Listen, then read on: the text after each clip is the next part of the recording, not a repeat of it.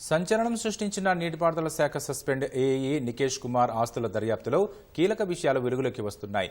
స్నేహితుడి లాకర్లో కిలోన్నర బంగారంతో పాటు ప్లాటినం నగలు, వజ్రాభరణాలను అధికారులు స్వాధీనం చేసుకున్నారు. అరెస్టుకు 20 రోజుల ముందు భారీగా ఆస్తులను దాచిపెట్టినట్లు గుర్తించారు.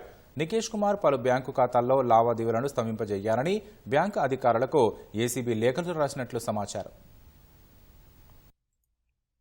అవినీతి నిరోధక శాఖ కేసుల్లో ఖరీదైన నిందితుల్లో ఒకటిగా నమోదైన ఇరిగేషన్ ఏఈఈ నికేష్ కుమార్ అక్రమాస్తుల జాబితా పెరుగుతూ వస్తోంది. ఇటీవల అరెస్ట్ అయిన సమయంలోనే అతడికి సంబంధించిన 17.73 కోట్ల అక్రమాస్తులున్నట్లు ఏసీబీ గుర్తించింది. తాజాగా మరిన్ని చరాస్తుల్ని అధికారులు స్వాధీనం చేసుకున్నారు. నికేష్ కుమార్ స్నేహితుడి బ్యాంకు లాకర్లో దాదాపు కిలోన్నర బంగారు ఆభరణాలతో పాటు ప్లాటినం నగలు, వజ్రాభరణాలను, స్థిరాస్తులకు సంబంధించి కీలక పత్రాలను ఏసీబీ అధికారులు స్వాధీనం చేసుకున్నట్టు తెలుస్తోంది.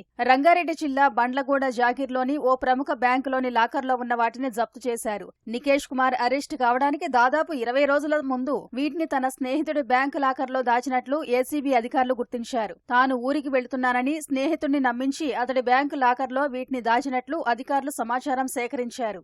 ఈ ఏడాది మే 30న లంచం తీసుకుంటూ ఏసీబీకి రెడ్ హ్యాండెడ్ గా చిక్కి అరెస్ట్ అయిన నికేష్ మరోసారి ఏసీబీ అధికారులు తనపై దృష్టి సారించారనే అనుమానంతోనే చరాస్తుల్ని స్నేహితుడి బ్యాంకు లాకర్లో దాచి ఉంటాడనే అనుమానాలు వ్యక్తమవుతున్నాయి. మే 30న నికేష్ ను అరెస్ట్ చేసిన రోజే ఏసీబీ అధికారులు అతడి ఇంట్లో 8 బ్యాంకు లాకర్ల తాళాలను గుర్తించారు. వాటిల్లో 2 నికేష్ స్నేహితుల పేర్లపై ఉన్నట్లు దర్యాప్తు క్రమంలో అధికారులు గుర్తించారు. దీంతో నికేష్ స్నేహితుడి సమక్షంలోనే ఒక లాకర్ను తెరిచారు. మరో స్నేహితుడి పేరిట ఉన్న లాకర్ను 1-2 రోజుల్లో తెరిచే అవకాశం ఉంది. నికేష్ ను అరెస్టు చేసిన సమయంలో అతడింట్లో స్థిరాస్తి పత్రాలు తప్ప నగదు, నగలేమీ లభ్యం కాకపోవడంతో లాకర్లలో దాచి ఉంటాడని అనుమానించారు.